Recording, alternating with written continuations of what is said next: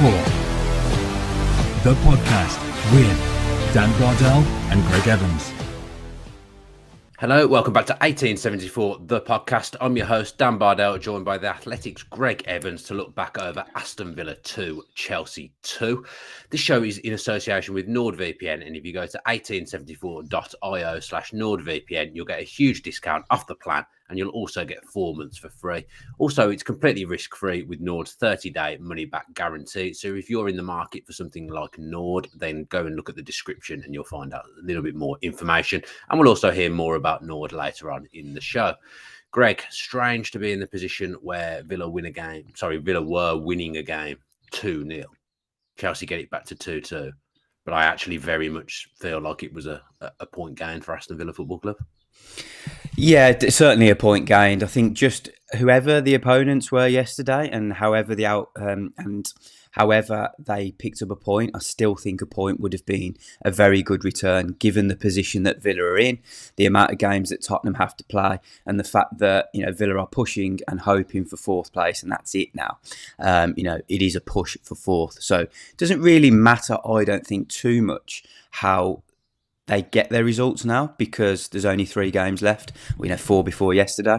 So it's a case of picking up enough points to finish in fourth. So point from the game alone is a decent return. And I think we could probably see that, although there would have been some frustration among the players, among Emery and his staff, you can see it from their reaction and some of the words they said after the game. Look, we're still fourth in the league. It's not a reason to be disappointed or frustrated or angry. Because we are still fourth. So that alone, the point I think is good. The performance, whole different story.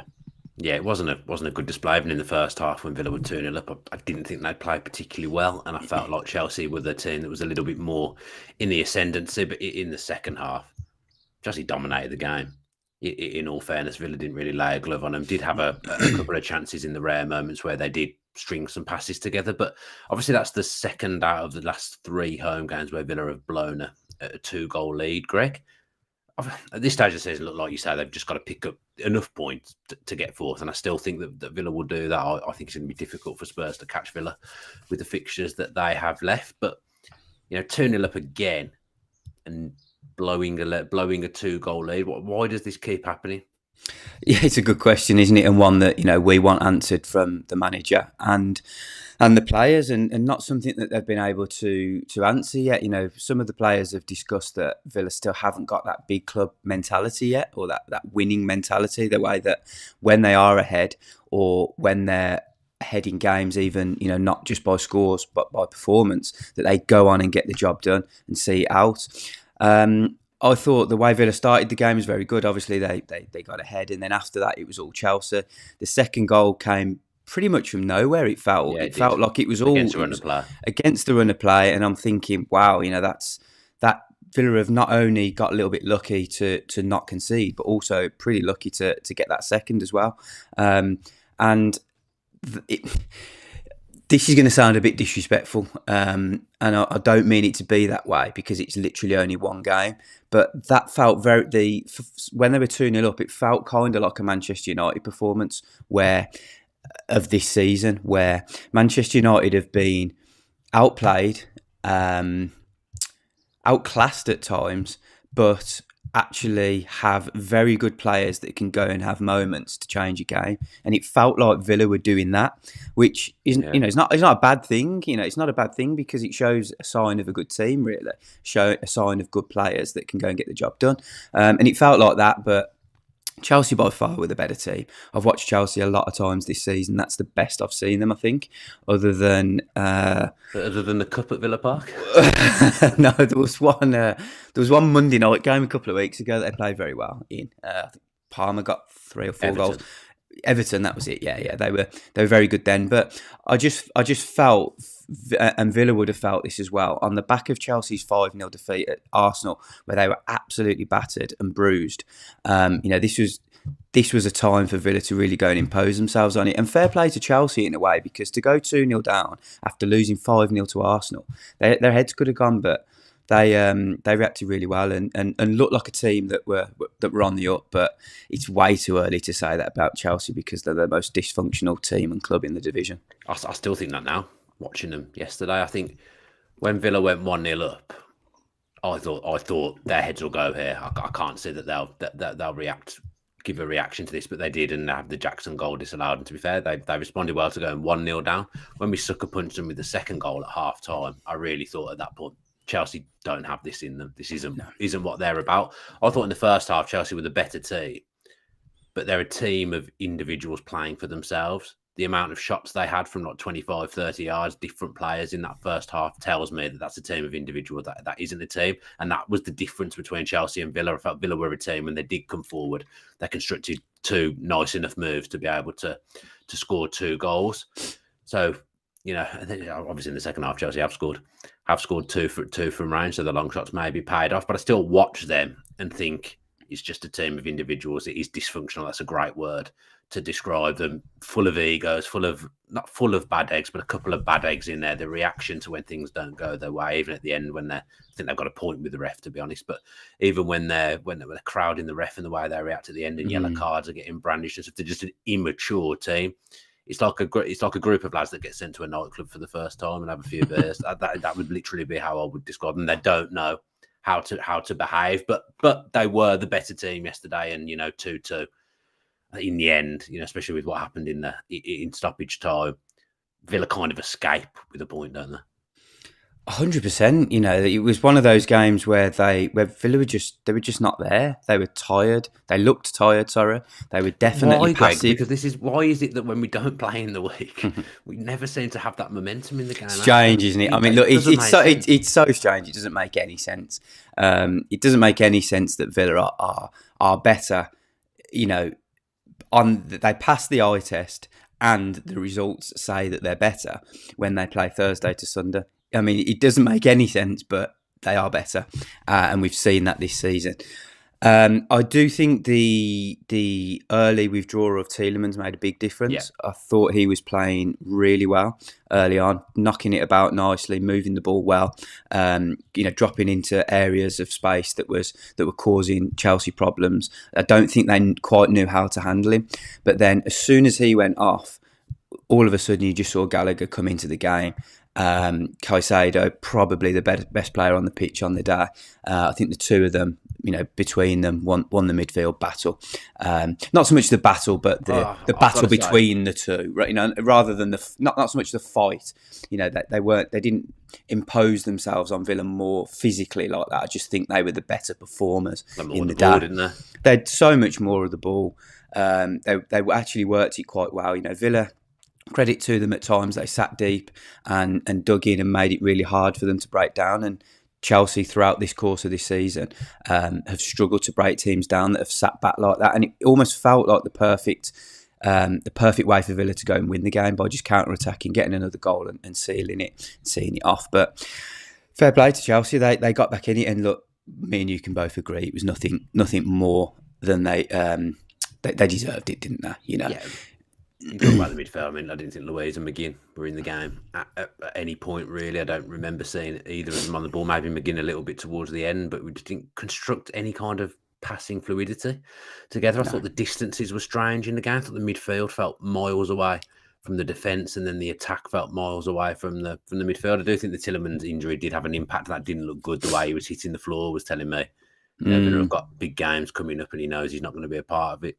Looked like in his groin area to me, but from what I could see. I don't know whether it was. I don't know if it looked like he was holding his groin. I mean, he was certainly very frustrated when he had to go off. I don't know whether the knock in the back from Gallagher just 5-10 minutes earlier had any impact to that. Probably a yellow card that was. Gallagher got away with that one, to be fair, I thought. But look, it's what we've been talking about this all season, haven't we? Villa get players back, and then all of a sudden they lose another one, and it felt like, great, Douglas Luiz is back now. Let's see how Douglas Luiz fits in with McGinn and Tielemans. And then Tielemans goes off, and then Emi Martinez goes off at half time. And okay, Villa were going to lose Martinez for the first leg of the Europa Conference League semi-final against Olympiacos on Thursday, and great. Those 45 minutes might have done Robin Olsen really well, because he made an unbelievable save from Cole Palmer in the last minute, and that would have done his confidence the world of good. I think that horrendous song that Villa were singing about the world's number 2 would also in some way give him a bit of confidence as well. I thought that was quite fun. I was cringing at that, sorry. I mean, maybe I'm on my own there, but it was... Yeah, I like the light-hearted chants, because we don't hear enough of the funny ones anymore, but I just thought that was a bad one. That was a bit cringy. I thought it was quite funny, but you say there, Olsen's ended up in goal, Tielemans has gone off. A caveat I have for Villa is that at the end of the game, they're playing with Olsen in goal, Irobanham at central midfield, Matty Cash is having to play right wing. We're talking bare bone stuff now. That's 9. Yeah, I mean, you look at the squad, and it's like, Villa had a couple of defenders on the bench. They had Diaby, who they could bring on, but then had to take off. This is where they're at the moment. They're ridiculously stretched, and we've seen it over the course of the season from every team now. Every team who has struggled with injuries has suffered, except for Villa. Villa are the only team that have managed to keep a regular run of results going. You look at Tottenham, they struggled early on in this. They struggled just after Christmas, I think, more so. They had a good little run September, October, and then struggled in the run up to Christmas, and then a little bit after. Newcastle, a really stop-start season. Liverpool, it started to catch up on them right at the back end of the season, when they've asked probably players to play too many minutes. Chelsea, you look at the Chelsea team yesterday, they had probably 8 regulars missing, and they're still performing like that. Okay, they've spent a lot of money. Manchester United had a period where they didn't have any defenders, and nearly went out of the FA Cup at Coventry by having to play Casemiro in at centre-back. So clubs, Arsenal are probably the only team who haven't had a regular run of injuries, a big run of injuries, and Man City have lost, obviously, Haaland and De Bruyne are their 2 key players at times, and struggled when both of those were out, and failed to win a few games. And then when Rodri missed the game against Villa, the only game I think he's missed this season, they lost that as well. So what has happened to a lot of clubs is injuries have really played a part, and I hope Villa have got probably 6 games left if they want to win, if they want to be involved in every single game now.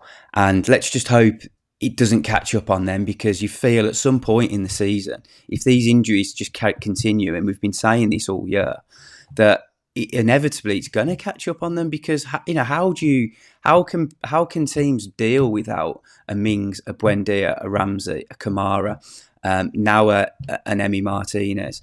It's just unsustainable. So credit to Villa for being able to do it so far, but let's just hope they don't run out of steam, because as you say, you look at the bench, there wasn't much there, and you're having to bring on a 5th choice centre midfielder just to make sure that Douglas Luiz doesn't get sent off and avoid another suspension. Yeah, I mean, talk about the injuries of the other teams, and I agree with you. Every team has had injuries, but it's felt like it's come in bursts or spells. For Villa, it's just been constant. It's relentless, isn't it? It's every week. Yeah, it hasn't stopped. And we said it last week when, a few weeks ago when McGinn came back, and then Luiz got himself suspended.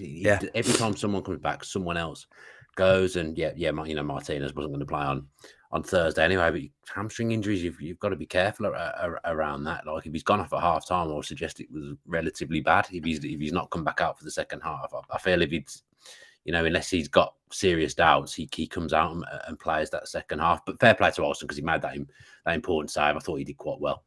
I actually think John Gregory always tells this story that Michael Oakes would always play well in front of the north stand, and then he'd come out against the Holt end and he'd go within himself a little bit. I do think there's something in that with Olsen. I always think he's better up the other end for when he's in front of the north stand rather than Holt end. I think there's more pressure on him when he's in front of the Holt end. We'll pick this back up, but let's hear a little bit more from NordVPN first. 1874 is proudly sponsored by NordVPN, so when you can't watch it, we want to help you. NordVPN is a secure and private service which works on pretty much any device, including your laptop, mobile, and television. So if you want to watch some live content, it allows you to appear like you're in another country. And whilst you're connected, no one else can find out what you're doing, including your internet service provider. Beyond this, the service also has threat protection baked in to protect you from intrusive website ads and malware, which is pretty handy for you. As part of NordVPN support performance for free, this also includes Nord's 30-day money-back guarantee.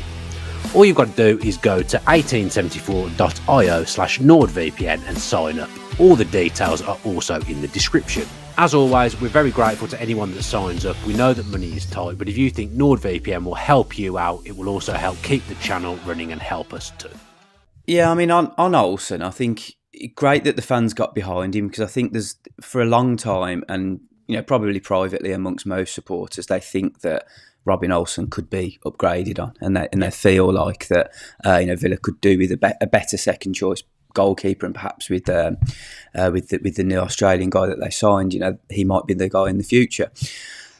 But credit to the supporters for getting behind him, because that's what he needs. He needs that boost of confidence. Having spoken to goalkeeping coaches who have coached him, they say that, look, yes, he wants to be a first choice goalkeeper because he's an international goalkeeper and has been used to playing, regular in his career before moving to Villa. But he's also recognised as a very, very good understudy. Somebody who understands and recognises that Emi Martinez is the number one, and he's a very confident, big ego type of guy. But you need people to challenge him, and he does that on a regular basis, in his own sort of way.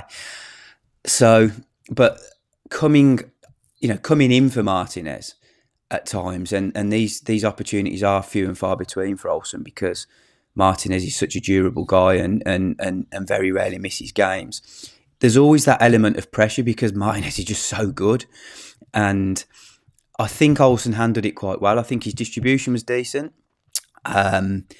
He was quite commanding, I think, when balls were coming into the box. And I thought he organised the defence quite well, and I thought he made that brilliant save against to deny Kyle Palmer right at the end. But the sad thing is, we're looking at it again. They've conceded goals when he's in goal. Every time he plays, they concede between 2 and 4 every time. And it's like, it's harsh, but it's they weren't reality, his fault. isn't The it? goals they weren't his fault. No, of course not. But defenders and goalkeepers look at the stats, and if they're conceding every week, they know it. So, in the back of their mind, they're desperate for clean sheets, and Olsen just doesn't get that many. However unfortunate that might be. But look, we're focusing on him. It wasn't his fault yesterday. No, certainly not. It was Villa's performance in general that just wasn't quite there. But I just go back to the start.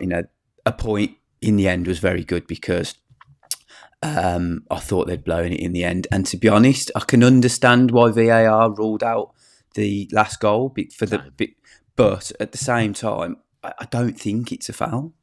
I think it is a foul, but I agree with Match of the Day that, like, if it's... What did they say? I wasn't available for that. I need to try and remember myself. I should say a caveat at this point that Greg's made us do a podcast at 8 a.m. on a Sunday morning, so memory's not the freshest, and I've been at the game and then watched Match of the Day, so I haven't really read or looked at anything else. So that I'm trying to remember what they said. They said that I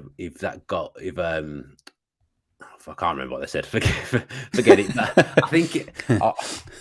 I think it's not a high bar enough to overturn once the goal's been given. If the ref's seen it and he's given it, I don't think it's a massively clear and obvious error. But I think it's a foul, though. Look, I think I've got so many thoughts on it, and we can go through. The only reason we're analysing it in a little bit more detail is just because this is a Villa podcast, It's critical as well, but it's coming stoppage time in the game.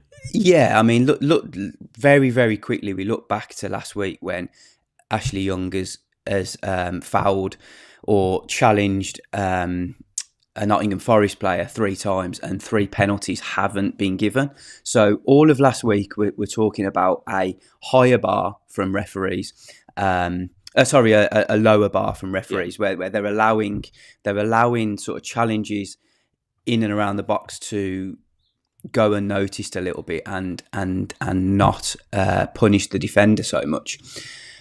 That was a little bit of a trend. We've heard refereeing experts, ex-referees, other officials talking publicly about the fact that referees and other officials are allowing things to go on a little bit more. So if you watch back of the replay, Carlos doesn't even appeal. Diego Carlos, he doesn't even appeal for a penalty. The goal goes in, and he isn't bothered. He doesn't think that he's been fouled. and I'll have to watch it back. But I think it was because he was giving was it Dizazi or Badashayla? Badashayla. Yeah, Badashayla. He was giving him a fair bit, I think, before, in terms of the sort of rough and tumble in the box and not letting him pass. So I think it was a case of Carlos kind of jumped for the ball, was pushed off it, and didn't think anything of it because he didn't appeal. And then Chelsea go and score, and he didn't appeal after the goal. But then when it goes to VAR and you look at the incident alone, it looks like a foul. Throughout. Was he right? Okay, but I'm looking at Carlos because he doesn't appeal. But when it goes to VAR and you watch the incident alone, and you think that the defender has won that ball and that's led to the goal, it looks like it's got to be ruled out. So it's a difficult one, I think. And look, I don't like VAR. I never have. I'd get rid of it. But I've got a bit of sympathy for them there because I think that they probably have to give it when they look back at that incident. And look, it's great for Villa because they save a point that they probably didn't deserve, but in the end, might just be the point that gets them over the line and gets them into fourth place. I think even if Villa lost yesterday, I wouldn't be concerned. I still think they're going to get fourth because I look at Tottenham's fixtures. Got Arsenal today, after we're recording this podcast. Then got Chelsea, which is going to be a tough game. Local derby, and Chelsea are playing well, as we've seen yesterday. They've got a good record against Spurs as well. Yeah, then they've got Liverpool, which anything can happen. Man City later in between games against Burnley and Sheffield United, which they'll probably win. So you're looking at those 6 games that they've got remaining, and you think 2 of them they're definitely going to win, or most likely going to win. But 4 of those others they could potentially lose, and that's going to get them nowhere near Villa. So Tottenham haven't won 4 games in a row this year. So something's going to have to change, and they're playing against very, very good teams. So I think that their position in the table at the moment is almost a little bit flawed because they've got 4 of the real top teams still to play. I'm confident Villa are going to get fourth now. I'm not worried at all. I think they've done the hard work now. I think they've put in the yards. They've got the points on the board, and I think it's enough. Yeah, they've still got to go and win a couple of their remaining games, but I'm sure they'll do it. So I thought Villa needed 4 more points potentially. So they've got 1 of them yesterday. Yeah, I think 1 more win, and they're in. Yeah, I think the same. Looking at it, I think it leaves Spurs with too much to do. Just back to the VAR incident. Well, I think if he just pushes him kind of nudges him in the back from a stationary position, I think it's probably not overturned. I think this is that he almost has a little bit of a run up at Carlos before he does it, and the force that he does it with that means that it gets overturned. I think it's a foul, but I do also think if you've got the low bar, you don't get involved. You don't overturn it. So maybe Villa have got away with one there. The 2 goals. The one thing, just finally on that, the one thing I would say is that if it wasn't overruled, we'd now be talking about it, saying that it probably should have been. Yeah, they can't win in that kind of situation. No. They can't. VAR can't win in that situation. There's no rule book to go off now, is there? There's so many penalties have been given, so many soft penalties have been given, and so many slightly harder penalties have not been given. So it's just hard to know, it's hard to know the threshold now. Also would have gone down as an Olsen own goal, which would have been very unkind. Yeah, as well, because he hit the bar and then hit him, and that would have just added to the narrative as well, wouldn't it? Which is, this is a shame. Yeah, that would have been a shame for him. Just before that, Diaby, the sub who was subbed on, ended up getting subbed off. He looked frustrated. He didn't have a good game. No one played well really for Villa yesterday, maybe with the exception of Pau Torres, who I thought had a decent game. But no one was really at it. It was a not very good team performance, let's say. But Diaby, who was subbed on earlier for Tielemans, got subbed off at the end and looked frustrated. Didn't go and sit in the dugout. Walked down the tunnel. What did you make of that? Tough one for him, tough for him. It's embarrassing. It's embarrassing for any player to come on and come off. Regardless of he's probably played more minutes than he would have thought he would have played anyway. Yeah. What, in the game? In the game. Oh no, overall, yeah. Yeah, in the game. Sorry. So in isolation, he should be probably a bit more pleased than usual when coming off the bench, maybe on 65 minutes and having the final half an hour. he's played more minutes than he would have expected from the start of the game. Yet it's more frustrating and more embarrassing to come off, I think, having already been brought on. But Emery's done that a few times. He did that with Rodgers, didn't he, earlier in the season? It's definitely been done to someone. Yeah, and I think Zaniolo might have. I remember seeing it a few times. It's something. It might have also been Diaby again and Bailey. I'm sure he's done it multiple times. Yeah. I remember seeing it. So Rodgers, it was definitely done to. Yeah, it's good. It's good, strong management. At a time where Villa are very, very stretched and they need it. Other managers could have left Douglas Luiz on, for example, and not put Timo Iroegbunam on and risked him getting another yellow card. And look, Caicedo was winding him up something rotten and rolling around on every little challenge, and the two of them are going at it. So Emery clearly sensed that and thought it was a good idea to bring Iroegbunam on, which I agree. But yeah, Diaby, it's not quite gone for him. I think he started the season well. He's had spells where he's looked all right. He's had games where he scored, and you think, is this going to be the start where he really kicks on? But just hasn't quite been there. And when you think of what might be going through his mind right now, he left Bayer Leverkusen, who've now gone the season unbeaten and have won the Bundesliga, have favourites to win the Europa League, favourites to win the German Cup. So he's left a team that have gone on and won everything, potentially going in and winning everything that he's got. Okay, be really happy with the move to Villa, a massive move, an increase in his salary, increase in his profile, etc. But it just hasn't quite gone for him.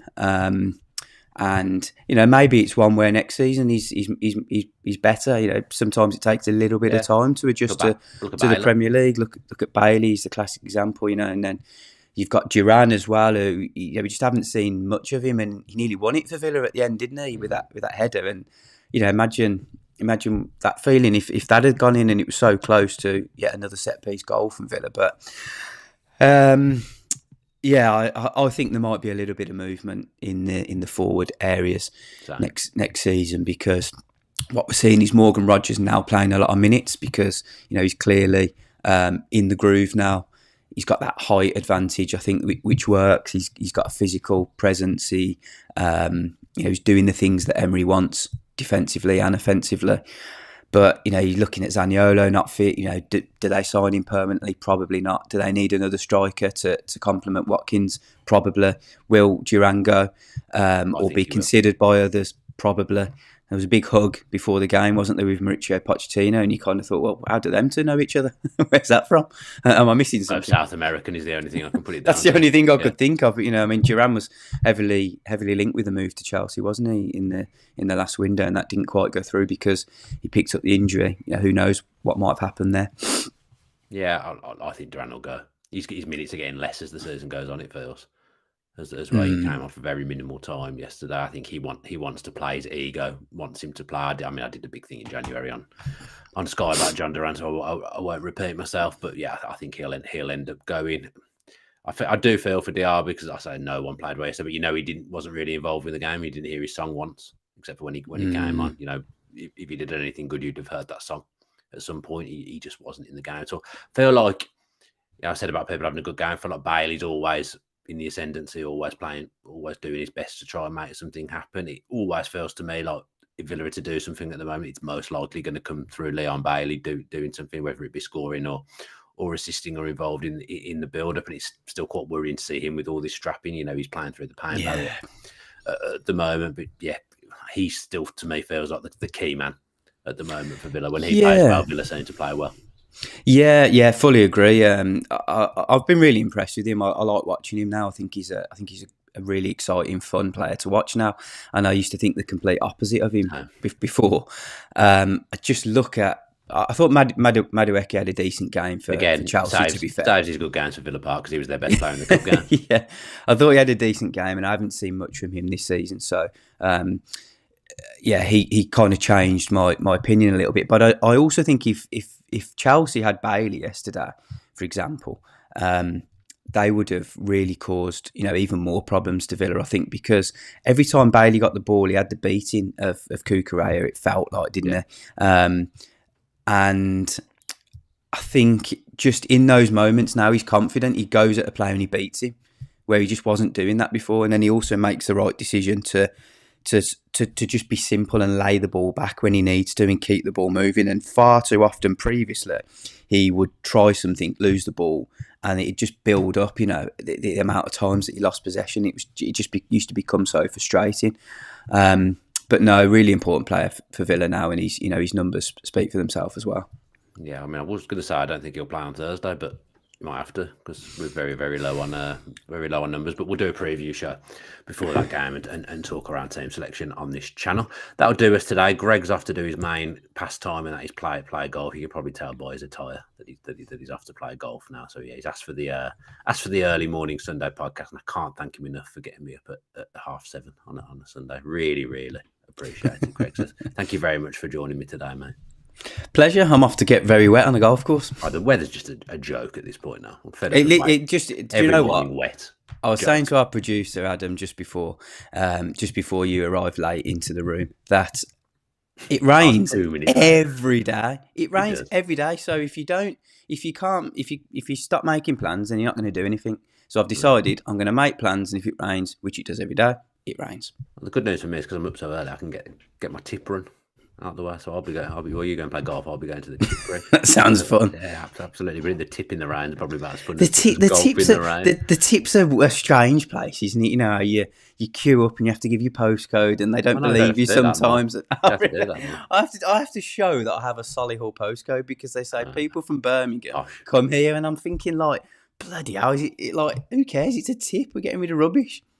Because I've moved recently, I've been at the tip so much over the last few months, and recently one of the guys working at the tip, you know what it's like, I find the tip quite intimidating because I'm not really manly with stuff like this, but I've been going to the tip so much, and a few weeks ago, like I did some great tip work. I would say I put everything in the right thing, didn't have to ask any questions, and even when I was going, I said, "See you later, mate," and the guy went, "See you later, boss man."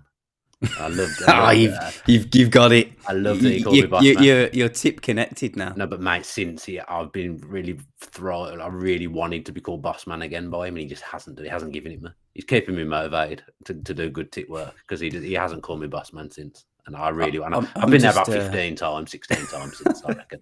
And I'm waiting for the day where I don't have to book an appointment or don't be asked my postcode.